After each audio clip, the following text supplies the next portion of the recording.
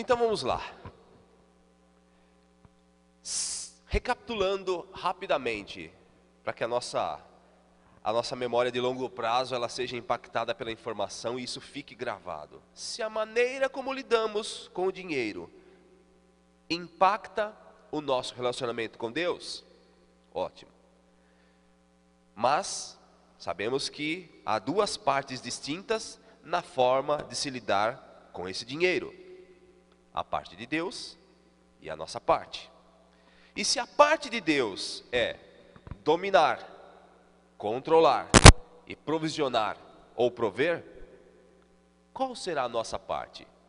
Então hoje nós estamos aqui reunidos para saber, então, dentro das finanças, qual é a minha parte? Qual é a sua parte? Qual é a responsabilidade que temos em relação a finanças?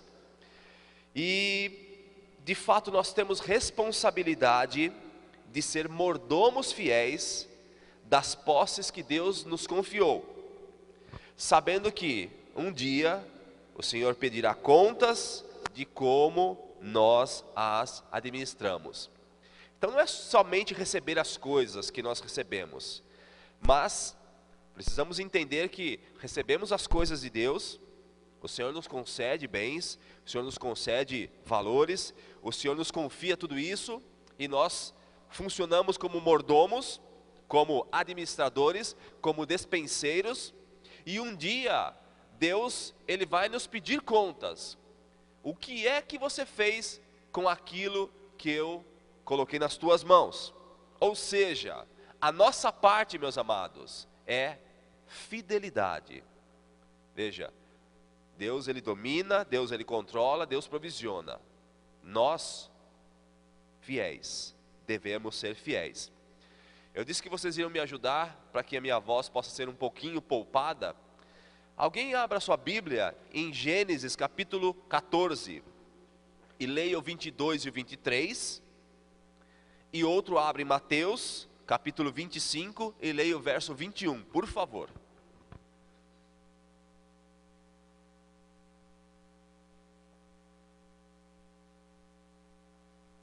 Quem encontrar Gênesis pode ler.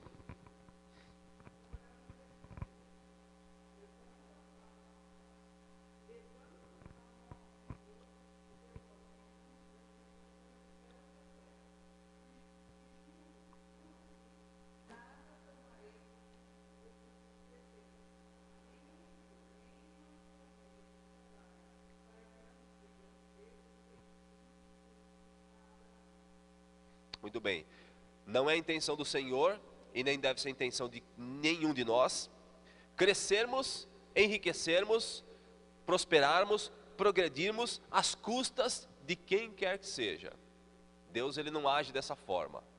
Se Deus tem que te fazer prosperar, se Deus há de te fazer prosperar, Ele vai te dar condições para isso, mas nunca você precisar passar por cima de pessoas, ou derrubar pessoas, ou prejudicar pessoas, para chegar à prosperidade que Deus tem para a tua vida. Mateus 25, 21.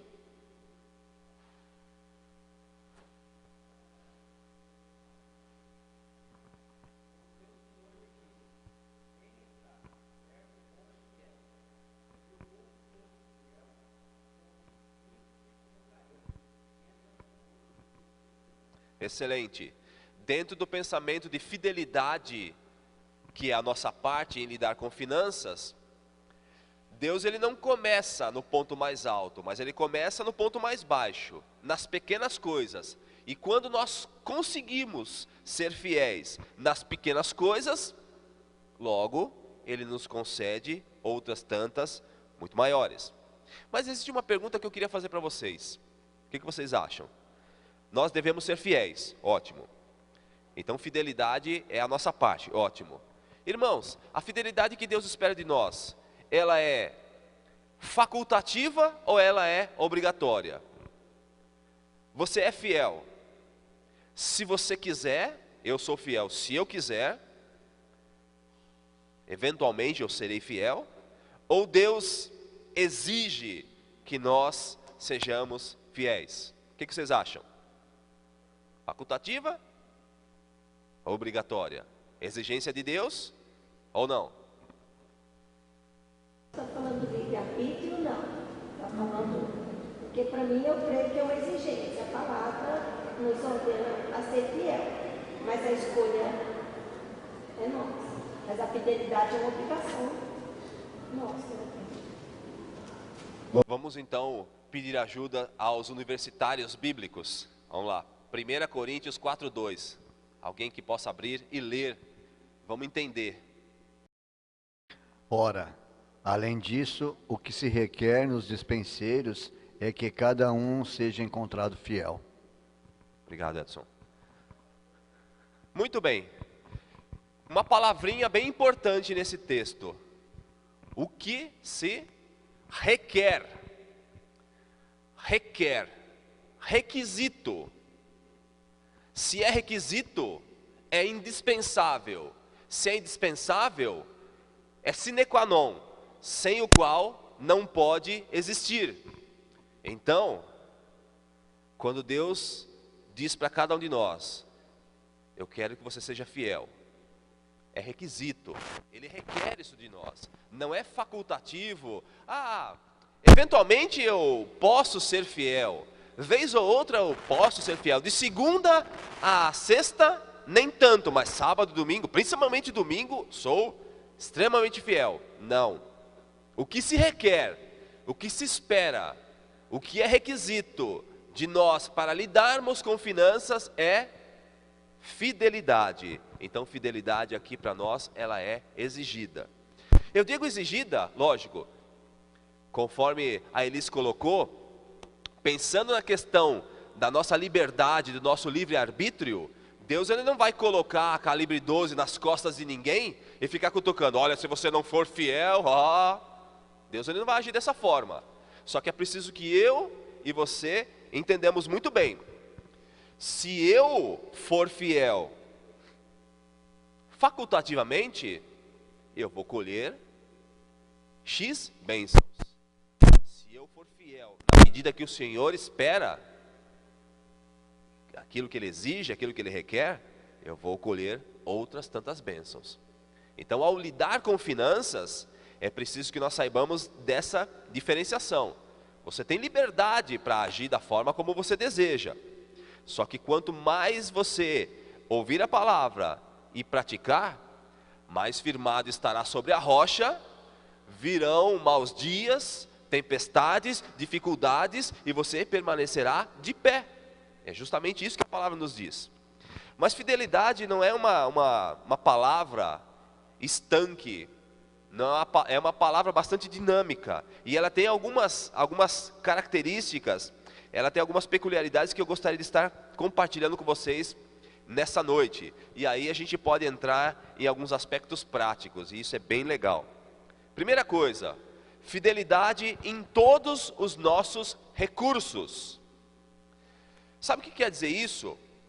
Nós somos diariamente desafiados por Deus a ser fiéis em lidar com 100% daquilo que vem em nossas mãos, não apenas com 10% que nós devolvemos para o Senhor.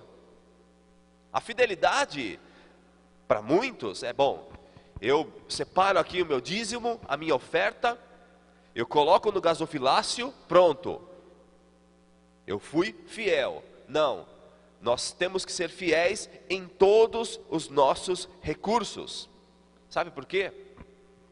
Para que você não tome decisões financeiras incorretas, que conduzem a consequências dolorosas, é preciso, primeiro, devolver ao Senhor o dízimo, a 10ª parte, sim, mas lidar com os outros 90% sob a perspectiva bíblica que Deus nos oferece na sua palavra. Então muitas pessoas estão num grupo diferenciado. Existe um grupo de pessoas que são aversas ao dízimo e oferta. Não, isso não está na Bíblia, isso não é muito claro, isso é do Antigo Testamento, N desculpas. Bom, cada um interpreta como quiser, inclusive tem liberdade para isso. Existe um outro grupo que entende, não, eu sou fiel na parte que o Senhor exige de mim, 10%. A partir de então eu estou livre para usar, gozar, fruir, gastar os outros 90%. Só que ao contrário disso, nós precisamos entender que da integralidade do 100%, existe uma parte que fica na nossa mão. E essa parte também o Senhor vai requerer fidelidade ao se lidar com ela. Fidelidade em todos os nossos recursos. Não é uma fidelidade parcial. É a primeira coisa que nós queremos destacar. Segundo, fidelidade a despeito daquilo que temos. Aqui também existe um erro que muitas pessoas cometem. O mordomo fiel, ele é responsável por aquilo que o Senhor lhe confiou, por aquilo que tem, seja muito ou seja pouco. Na verdade, nós somos ordenados a sermos fiéis, tanto se recebermos muito, quanto se recebermos pouco. Deus não está quantificando, Deus não está colocando de uma forma que você talvez se sinta desobrigado à tua fidelidade. Conforme uma frase que eu transcrevi aqui, leio para vocês. O importante não é aquilo que faria se tivesse R$1 milhão, mas aquilo que estou fazendo com R$10 que possuo. Então, de repente, tem um irmão aqui que trabalha, que ganha lá R$50 mil por mês. E eu trabalho e ganho, sei lá, 5 mil. E talvez eu imagine, poxa, o irmão ganha 50 mil, eu ganho 5 mil. Poxa, deixa ele dizimar, deixa ele ofertar, ele tem maior potencial. Poxa, eu fico aqui com os meus 5 mil tentando sobreviver, mas ele tem dinheiro suficiente para viver, para sobreviver, para sustentar a si, sua família, para guardar. Só que Deus, ele não está preocupado se você ganha 1 milhão, 500 mil, 100 mil, 50 mil, 5 mil ou R$500. Ele não está preocupado com o valor das tuas entradas. Ele está preocupado com a tua fidelidade a despeito daquilo que você tem. Não importa. Não importa. O exemplo bíblico é bem claro. Existe um líder ali, um fariseu, que vai lá e oferta, e ainda ostenta toda aquela oferta que ele leva ao gasofilácio. E uma viúva pobre, ela dá justamente aquilo que ela tinha. O primeiro ofertou das suas sobras, a última só tinha aquilo. E aí o Senhor diz que de fato, aquela mulher, ela teve justificação. A oferta daquela mulher foi bem mais aceita. Então Deus, ele não está preocupado com quantidade, mas sim com qualidade. Qual é a qualidade do seu coração ao trazer seu dízimo e a sua oferta? É oferta de amor, é de obediência, é entendendo o que Deus quer que você faça, entendendo que existe um princípio forte por trás disso. Amém. Se não for dessa forma, você pode trazer milhões para a casa do Senhor, você pode ofertar, dizimar milhões, não significa absolutamente nada, porque de fato o seu coração não está inclinado para aquilo que você está fazendo. Fidelidade nas pequenas coisas. Alguém, por favor, me ajude lendo Lucas 16, 10.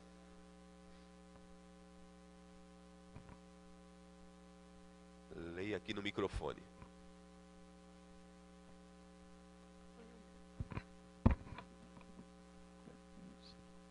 Quem é fiel no pouco, também é fiel no muito. E quem é injusto no pouco, também é injusto no muito. Obrigado. Irmãos, vocês conseguiram captar essa dualidade aí? Quem é fiel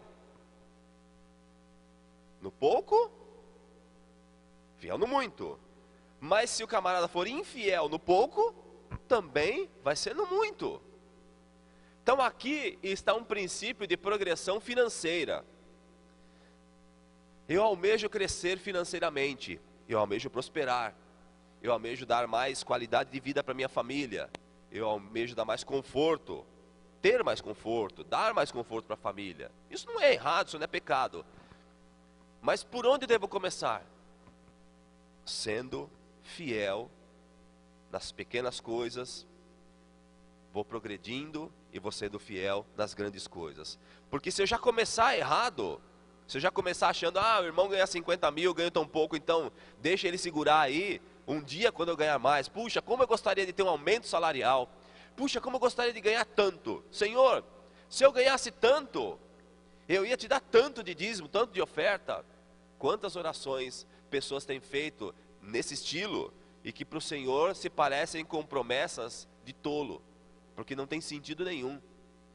Primeiro você começa na base, para depois você atingir o topo. Uma pergunta: vocês que são pais, como é que você sabe se no futuro o seu filho vai cuidar bem do seu primeiro carro? Como é que a gente faz para saber isso aí?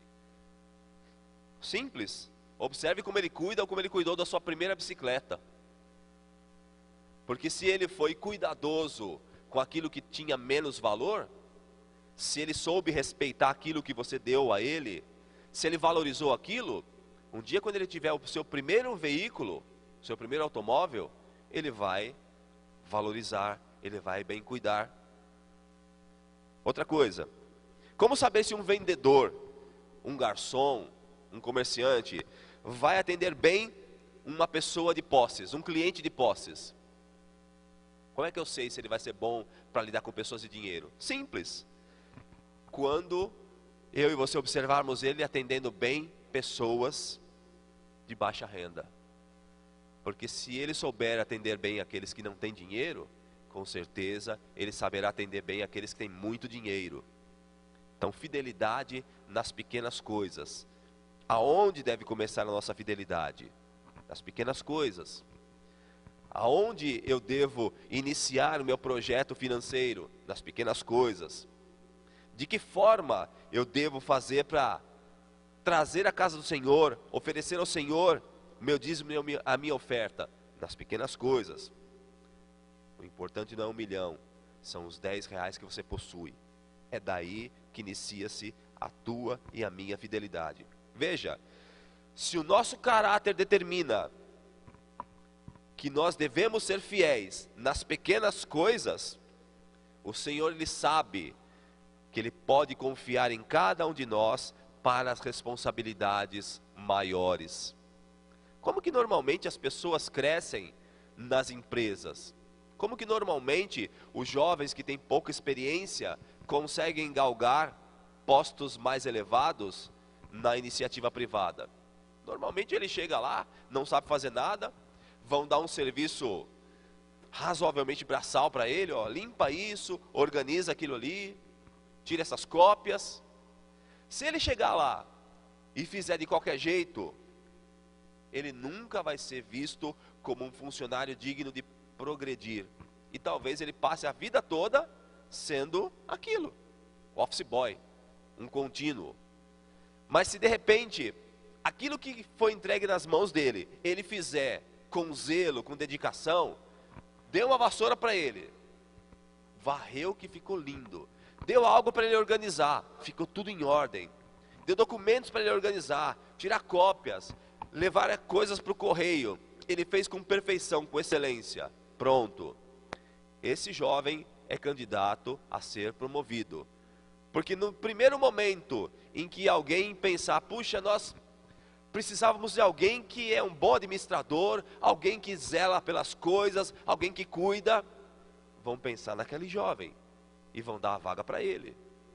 Então, se nosso caráter é um caráter fiel para lidar com aquilo que é pequeno, o Senhor sabe que nós temos potencial para lidar com responsabilidades maiores. Se você lidera um grupo com 5 pessoas, com 10 pessoas, um PG, e você faz aquilo bem feito, você faz com excelência, com qualidade, o Senhor sabe que Ele pode lá na frente te colocar num grupo maior, ou te colocar inserido num grupo no qual você vai ter possibilidade de orientar, de abençoar aquelas vidas. Mas o contrário disso é verdade. Se você não consegue fazer as mínimas coisas que vêm às tuas mãos, como você espera que o Senhor te conceda coisas mais importantes, coisas maiores ou responsabilidades maiores? Se eu não consigo hoje lidar com R$ 1.000 que eu ganho de salário, por exemplo. Eu não consigo administrar, eu não consigo pagar as minhas contas, eu não consigo ser fiel nos dízimos, nas ofertas, eu não consigo chegar até o final do mês com aqueles valores. Deus nunca fará eu ganhar 5, 10, 100, porque na verdade só aumenta os valores, mas as dificuldades continuarão as mesmas. Quando aprendemos a lidar com as pequenas coisas, aprendemos também a lidar com as grandes coisas. Mas a fidelidade também predispõe a algo que nós muitas vezes nos esquecemos ou nem sabemos. Alguém leia Lucas 16, 12, por favor. Alguém conseguiria interpretar esse texto aí, assim de bate-pronto?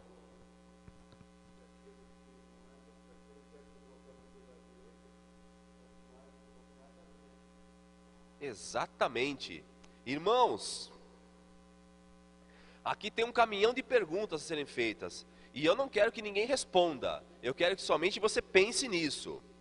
E se isso faz sentido para você, você tem que mudar.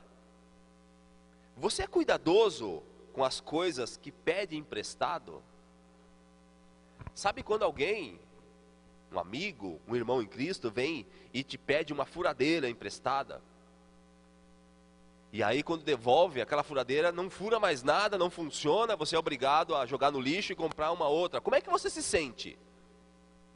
Eu me sinto contrariado, porque eu procuro respeitar aquilo que é dos outros. Seja cuidadoso com aquilo que é dos outros.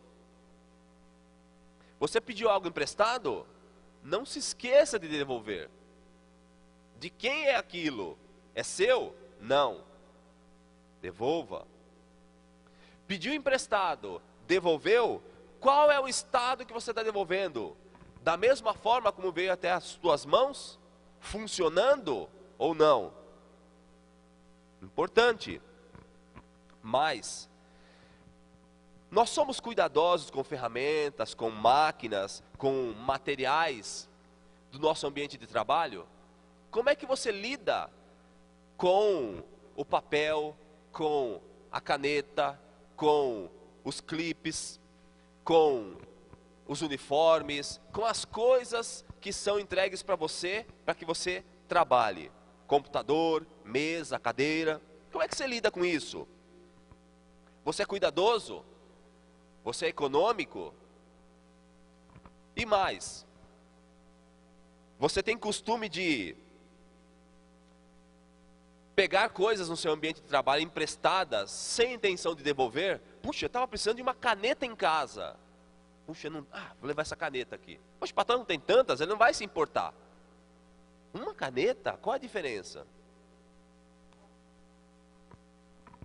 A questão não é o valor, a questão é o caráter, a questão é a conduta, a questão o que se espera do dispenseiro, o que se requer, que cada um seja encontrado fiel. E na maioria das vezes nós imaginamos que a nossa fidelidade só está vinculada com as coisas de Deus, mas ela está vinculada também com as coisas lá de fora.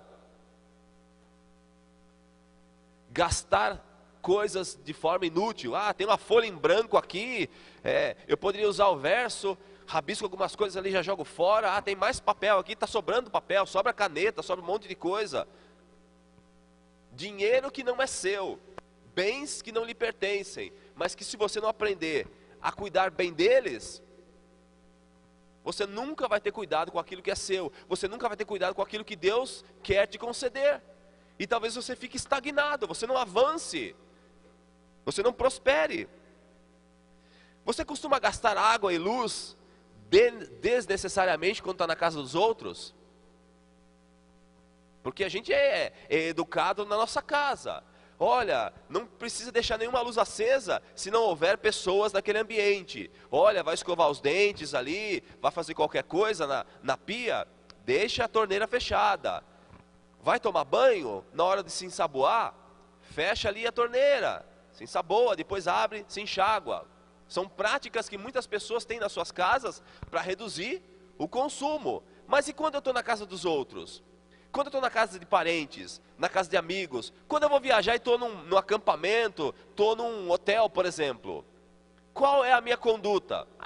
Não sou eu que estou pagando, deixa a torneira aberta aí, deixa rolar, deixa o chuveiro rolar, deixa a água rolar, não estou nem aí. Fidelidade. E talvez, meus queridos, às vezes nós ficamos pensando, puxa Deus, mas por que as coisas não dão certo financeiramente para mim? Por que eu não consigo avançar? Por que eu não consigo crescer, prosperar? Talvez aqui esteja o gargalo nosso. Talvez pelo fato de eu não ter aprendido a ser fiel com aquilo que é dos outros.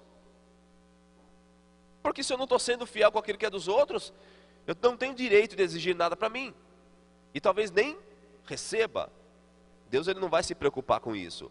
Ele vai se preocupar em nos ensinar. E eu preciso, depois que passar por essa prova aqui, depois de ser aprovado, entendendo que aquilo que pertence aos outros tem que ser bem cuidado. E aí vem N questões aí relacionadas com a sociedade.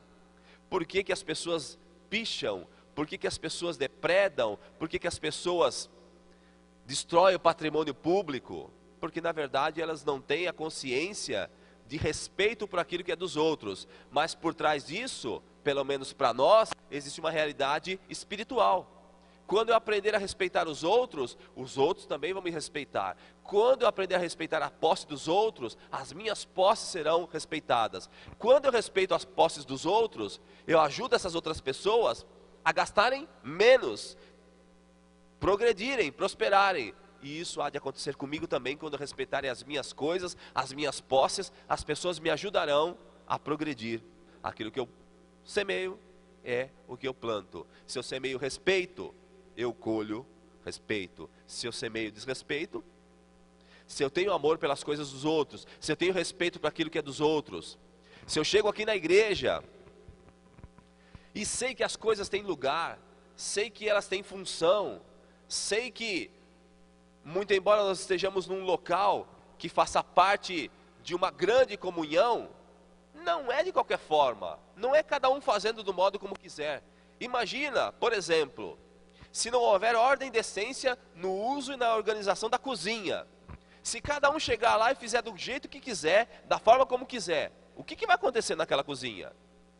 Num curto espaço de tempo, muito do que tem lá já vai estar estragado. Depois, muito vai sumir, desaparecer, porque talvez algumas pessoas imaginem, eu precisava tanto disso aqui, eu vou usar lá em casa, depois esquece de trazer. E assim as coisas perdem o controle. A primeira coisa que nós precisamos entender com respeito àquilo que é dos outros, eu preciso respeitar. Eu preciso respeitar. Muitos países da Europa são tidos como de primeiro mundo justamente por causa disso. Você anda pelas ruas da cidade, pelas avenidas, e dificilmente você vê lixo jogado no chão. Gostaria muito que o Brasil fosse assim. Não é. Talvez nós tenhamos muito que aprender. Talvez eles interpretaram o evangelho com uma profundidade muito maior do que nós.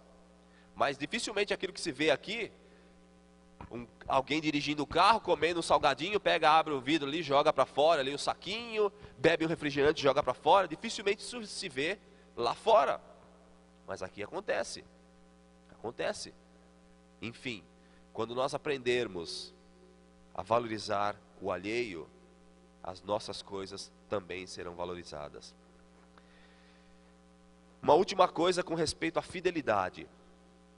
A fidelidade forma o caráter. Deus usa o dinheiro para refinar o nosso caráter. O que é caráter? É aquilo que nós somos. É o que eu sou. Eu posso até, quando eu estou na presença dos irmãos, tentar mostrar um caráter diferente. Eu posso tentar maquiar, mas o caráter é aquilo que eu sou. E aí quando eu estou lá em casa, quando eu estou livre dos olhares dos irmãos, eu sou o que eu sou. Quem nos conhece melhor do que qualquer um? Deus. Porque Ele sabe que aqui eu maquio um pouco o meu caráter. Em casa eu sou o que eu sou. E Ele sabendo quem de fato eu sou, e que eu preciso consolidar esse caráter, ser a mesma pessoa em todos os lugares, ele utiliza o dinheiro para refinar esse meu caráter. Por quê? Através do dinheiro, nós podemos conhecer realmente quem a pessoa é, que caráter ela tem. Como que funciona isso? Por exemplo, os últimos dias, semanas, meses e quase anos, com a Operação Lava Jato, tem deixado o Brasil em polvorosa, e todo mundo sempre com o mesmo comentário, com a mesma reclamação. As pessoas estão espantadas com a corrupção, com o desvio de dinheiro, com as práticas dos políticos, não só políticos, empresários e afins. Mas veja bem, fora políticos, fora empresários, vamos trazer para o dia a dia de pessoas comuns, como eu e você. Como as pessoas trabalham? Ou melhor, como as pessoas ganham dinheiro trabalhando? Como as pessoas trabalham? Elas são éticas, morais nos seus ambientes de trabalho? Como assim? Primeiro, cumprem o seu horário? Qual é a jornada de trabalho? 8 horas? Essa jornada é cumprida? Elas são assíduas, pontuais? Deve começar o trabalho às 8 horas. Ela começa às 8 horas? Ou 7h55? Ou 8h05, 8h10, 8h15? Qual é o horário de almoço? Ah, tem meia hora de almoço, 1 hora. As pessoas respeitam isso? E mais, a própria questão das 8 horas de trabalho, ela está lá dentro 8 horas. Dessas 8 horas, ela trabalha realmente? Ou ela trabalha 2, 3 horas e depois, alguns outros instantes, ela conversa, bate papo, mexe com um, brinca com o outro? O que está acontecendo? O patrão, ele nos paga para aquela jornada. Quando eu deixo de trabalhar aquilo, eu estou roubando. Ah, mas roubando não, tudo bem, vamos colocar aí as figuras jurídicas necessárias. Você não está usando de violência nem grave ameaça, tá? Não é roubo.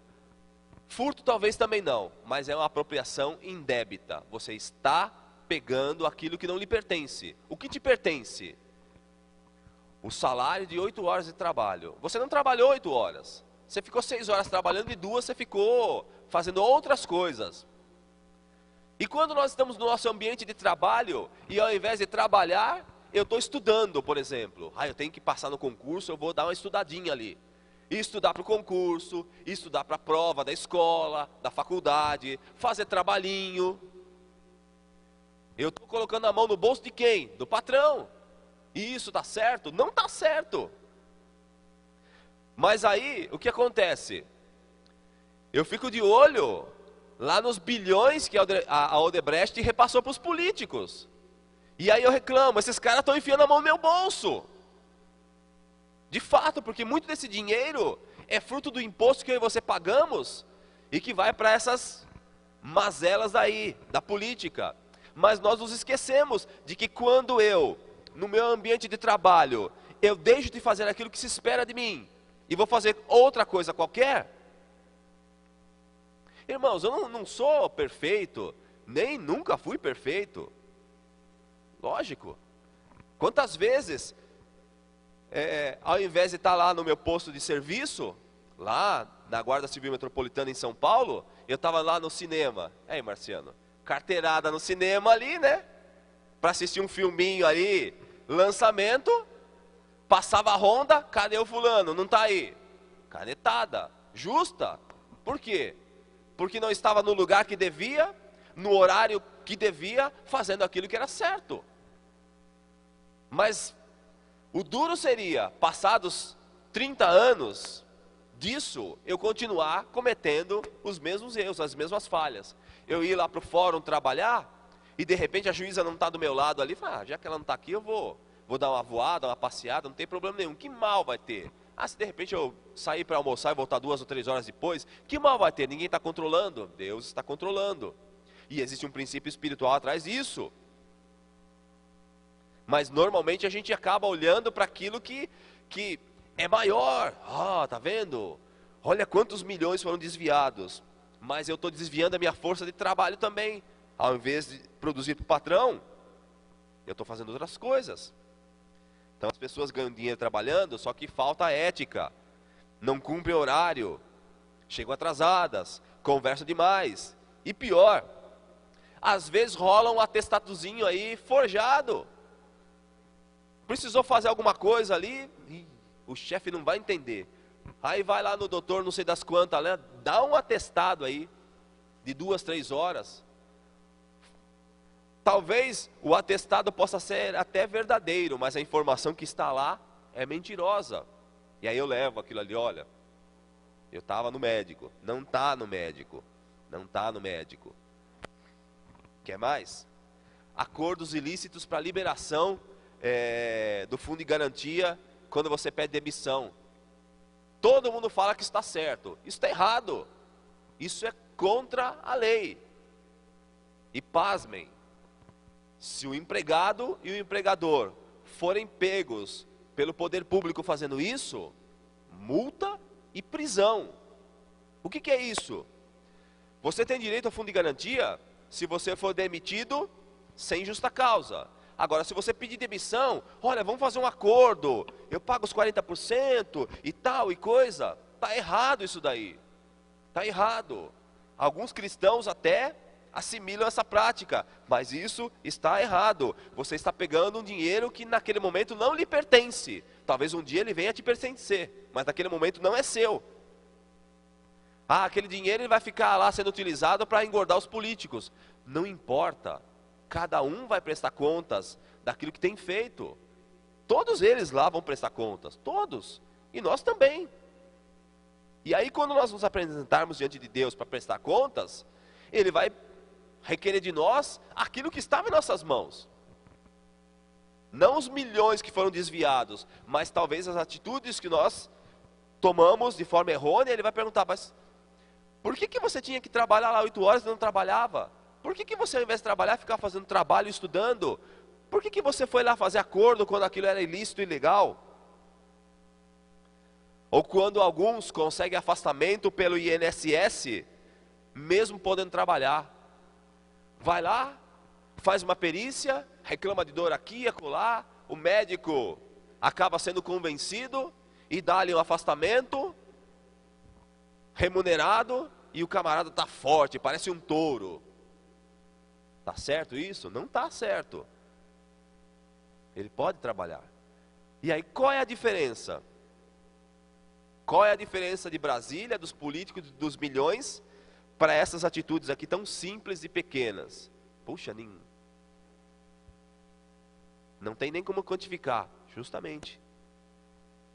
É a fidelidade que nós começamos a falar e que se predispõe a nos ensinar que não importa o montante, não importa o tamanho, não importa a quantidade. O importante é que a fidelidade ela é exigida, seja no pouco ou seja no muito. Certa feita, eu ainda trabalhava no fórum de Americana, e aí chegou um advogado ali, ele, olha, dá para você agilizar esse processo aqui para mim? Eu falei, doutor, não tem como agilizar nada aqui. Aí ele pegou um envelopezinho assim, ele pegou e me deu, eu falei, isso aqui para você. Era no final do ano, eu vi aquele envelope quadradinho, logo eu pensei, deve ser aqueles calendários que você arma e coloca em cima da mesa. Aí eu peguei o envelope, agradeci, eu tinha pouco tempo de judiciário, aí fui com aquele envelope para minha mesa, quando eu sentei ali, abri, tinha uma quantia em dinheiro. Na época eram R$500, 10 notas de 50. E era uma época em que eu estava num estreito financeiro muito grande. E aquele dinheiro ia fazer uma diferença naquele fim de ano maravilhosa. Já pude até contemplar os gastos, peru, panetone, que joia. Só que alguma coisa não descia bem. Eu peguei aquele dinheiro, coloquei no envelope. Até levei o envelope para casa. Cheguei no Noemi, olha só o que o advogado me deu. O que você vai fazer? Eu não posso ficar com isso aqui. Não tem como. Não faz parte do meu perfil. Mesmo que nós estejamos precisando, mesmo que ia dar uma boa aliviada, ia ser um Natalzão bom pra caramba, ia poder até dar umas viajadas, mas levei no dia seguinte o dinheiro de volta, dei pro meu chefe. Meu chefe pegou o dinheiro junto comigo, levou para o juiz. O juiz falou, isso não pode ficar dessa forma. Ele entrou com 2 ações, uma ação criminal contra o advogado e uma ação no Tribunal de Ética da Ordem dos Advogados do Brasil. Bom, participei de várias audiências e tudo, o advogado deve ter sido punido. A grande questão é, poxa, R$500? Qual é o problema? Qual a diferença? Está sobrando, o cara está dando, está sobrando, está dando para você, boas festas. Só que qual era o intuito? Agilizar um processo, primeira coisa, corrupção. Segundo, me pagar 2 vezes, eu já recebo salário para trabalhar. Ele está me pagando de novo, pela mesma função. A gente chama de bis in idem, receber 2 vezes pela mesma coisa, está errado. Então, meus amados, talvez nós estejamos esperando que as dificuldades, as lutas, as ciladas, elas se manifestem nas nossas vidas, grandes, enormes. Tem uma música para criança que diz que o pecado é um tijolinho. Sim, um tijolinho. É só você deixar ele fazer montinho ali, coloca um, coloca outro, daqui a pouco você tem um paredão enorme. Então, de fato, nós nunca vamos ser traídos por coisas grandes, visíveis, mas por coisas pequenas, talvez até inocentes, mas que nós devemos ter cautela ao lidar com elas. Então, se um dia alguém te oferecer alguma coisa que não é direito seu, que não pertence a você, que você não deva receber, se recuse. Fazendo isso, Deus estará contemplando a tua fidelidade e irá te abençoar no momento certo. Mesmo que naquele momento você esteja passando por um estreito, você precisaria daquilo, seria tão bom, mas não vale a pena. Não vale a pena, irmão, não vale a pena, irmã, se vender por nada nesse mundo. Por nada. Poucas coisas nós vamos levar dessa vida. Bens materiais vão ficar. O nosso nome, a nossa palavra são extremamente importantes. Sermos conhecidos por aquilo que de fato nós somos. As pessoas nos olharem e saberem que nós somos fiéis, nós somos confiáveis. Elas podem contar com cada um de nós. Isso é importantíssimo. Qualquer coisa que seja diferente disso, não serve para nada. Eu acho que você conseguiu perceber uma coisa nessa noite. Acho que foi possível perceber que ser fiel é muito mais do que ser apenas dizimista ou ofertante. É muito mais. Se fosse só isso, bastava que cada um de nós cumprisse essa parte dos 10% e acabou. Mas é muito mais amplo, muito mais amplo. Para terminar, a sociedade diz: você ganhou o seu dinheiro, agora gaste-o da forma que quiser e seja feliz. As escrituras vão dizer: você só será feliz se você foi mordomo fiel ao lidar com o dinheiro sob a perspectiva de Deus. Qual a verdadeira felicidade? A felicidade que está no Senhor, a felicidade que advém da prática da palavra, a felicidade que vem das práticas que estão aí por fora da sociedade, é uma felicidade que tem prazo de validade, ela é muito curta, passageira. Aquilo que nos concede uma felicidade extensa e que há de nos levar para a eternidade, é praticar aquilo que as Escrituras nos ensinam. Amém, irmãos? Nós ficamos por aqui, e na próxima terça-feira, espero eu com a voz um pouco melhor, nós vamos falar a respeito de dívida. Um pouco mais técnico ainda, um pouco mais prático. O que é dívida, como ela se forma e como nós podemos lidar com ela e de fato nos ver livres das famosas dívidas. Amém?